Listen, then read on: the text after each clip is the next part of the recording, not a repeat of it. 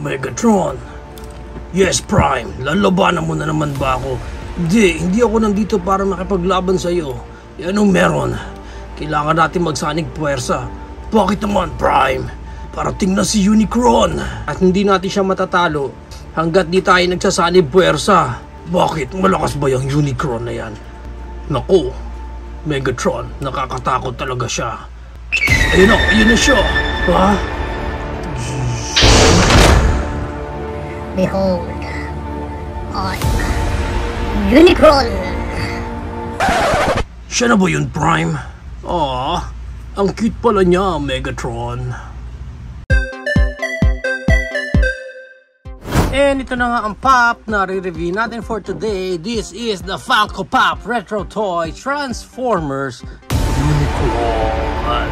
And pag binili ka natin siya, ganito klaseng packaging ang meron siya sa harap na may malaking window dyan. And sa likod, may art design doon ng retro. Actually, this one is a G1 design ng mga Transformers. Medyo funny lang kasi sana si Unicron din na G1 yung nilagay nila dito rather than just random artwork from Transformers, diba? I-design dito mismo nung ating pinaka Funko Pop na Unicron and yung iba pang Transformers na available sa Funko Pop. And sa side niya, another design lang ni Unicron dyan, and sa kabilang side, nakasilip lang si Unicron dun sa baba. Sa ibabaw niya, nakasilip lang din si Unicron and na-peel off na portion ng box dahil sa pag-deliver. And sa ilalim niya, mga barcode and stuff. Pag na-unbox natin si Unicron, grabe, ito na siya. Ang laki niya. Check muna natin yung pinaka-details niya. Simula tayo dito sa face niya. Nandito yung kanyang sungays. Yan, itsura niya. Yung face niya. Ang ganda rin nung pagkaka-paint, nung pagka-silver. Sa kanya, ang ganda nung effect ng ngipin niya doon. Yung pinaka-helmet niya. Ganda, ang ganda. Okay, hanggang dito sa pinaka-body niya. Ganda rin. Although, comment ko lang kaagad, medyo nakulangan ako agad sa texture nung pinaka-body niya. I hope na mas marami pa siya mga lines dyan para mas astig lang yung pinaka-details dito ni Unicron. Pero iba pa niyang details. Ayan, sa baba. Ayan, yung sa may pinaka-paa niya. Okay, yung wings niya, okay din. Okay din yung details ng wings niya. Sa side, ganyan ang pinaka-itsura niya sa side. Parang helmet ni Darth Vader. Yan, sa likod. Okay, mas less na yung design niya sa likod. Itsura niya sa ilalim. Andyan yung markings natin. Hasbro. And then, tapos sa kabilang side, and then sa ibabaw. Yan. So, yan ang pinaka-details Unicron. Articulation niya sa head. Although, makikita mo may connection siya dun sa ilalim, pero wala na. Hindi na siya naluluk left and right or any articulation dyan. Even yung wings niya, walang na-articulate na pwede mong itaas or ibaba. Okay, so no articulation talaga para sa Funko Pop na to. Kaya maganda niyan, i-check natin yung size ng Unicron natin na to. Mula floor hanggang sa pinaka-head niya is 9 inches siya. Pero kung isasama niyo yung tip nung horns niya is around 10.5 inches naman siya. I-compare na rin natin siya sa ating Funko Pop na si Wolverine. Ayan, nasa loob pa ng box pero kita nyo naman, yan na yung size niya. Malaki talaga tong ating Unicron. Good boy yan si Unicron.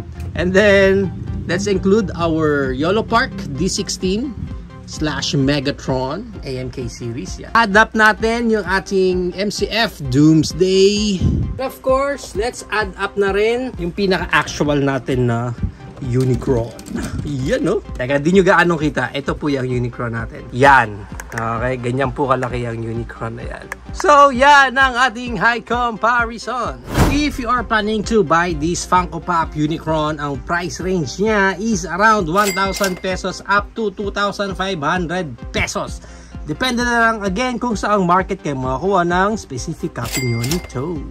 So there you have it now guys. Ito na ang Funko Pop Retro Toys Transformers Unicron.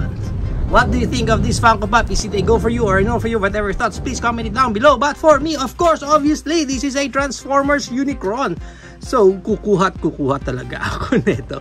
Sabi ko nga sa inyo, I'm not into Funko Pops collection naman. Pero when it comes to mecha, yung mga robot na design nila, maganda kasi and parang mas nagiging cute yung mga robot na nagiging Funko Pop. And most especially nga, pagdating dito kay Unicron, na ganyan pa yung size niya, di ba? Comparing it sa mga regular sizes natin na Funko Pop, ito talaga maliit. Pero given na ganito yung size niya, talagang hindi ako nagdalawang isip na kumuha nito. And as far as I know, isa to sa mga mahirap na rin makahanap nitong Unicron na to. Kumbaga hindi siya regular release lang sa market. So I'm glad na I've been able to get my own copy ng Unicron natin na to. When it comes sa mismong figure natin dito, maganda naman yung pagkakagawa sa kanya, maganda yung mga paint up niya, wala siyang mga smudges, wala mga lagpas na paints, and maayos ang pagkaka-execute sa Unicron natin na to. Kahit na wala siyang any articulation or any movement or any gimmick, wala naman tayong magagawa doon kasi Funko Pop naman siya. And very common naman talaga sa atin na when it comes to Funko Pop, hindi naman talaga natin yan inaalis sa mga boxes nila and talagang dinidisplay natin yan kasama mismo nung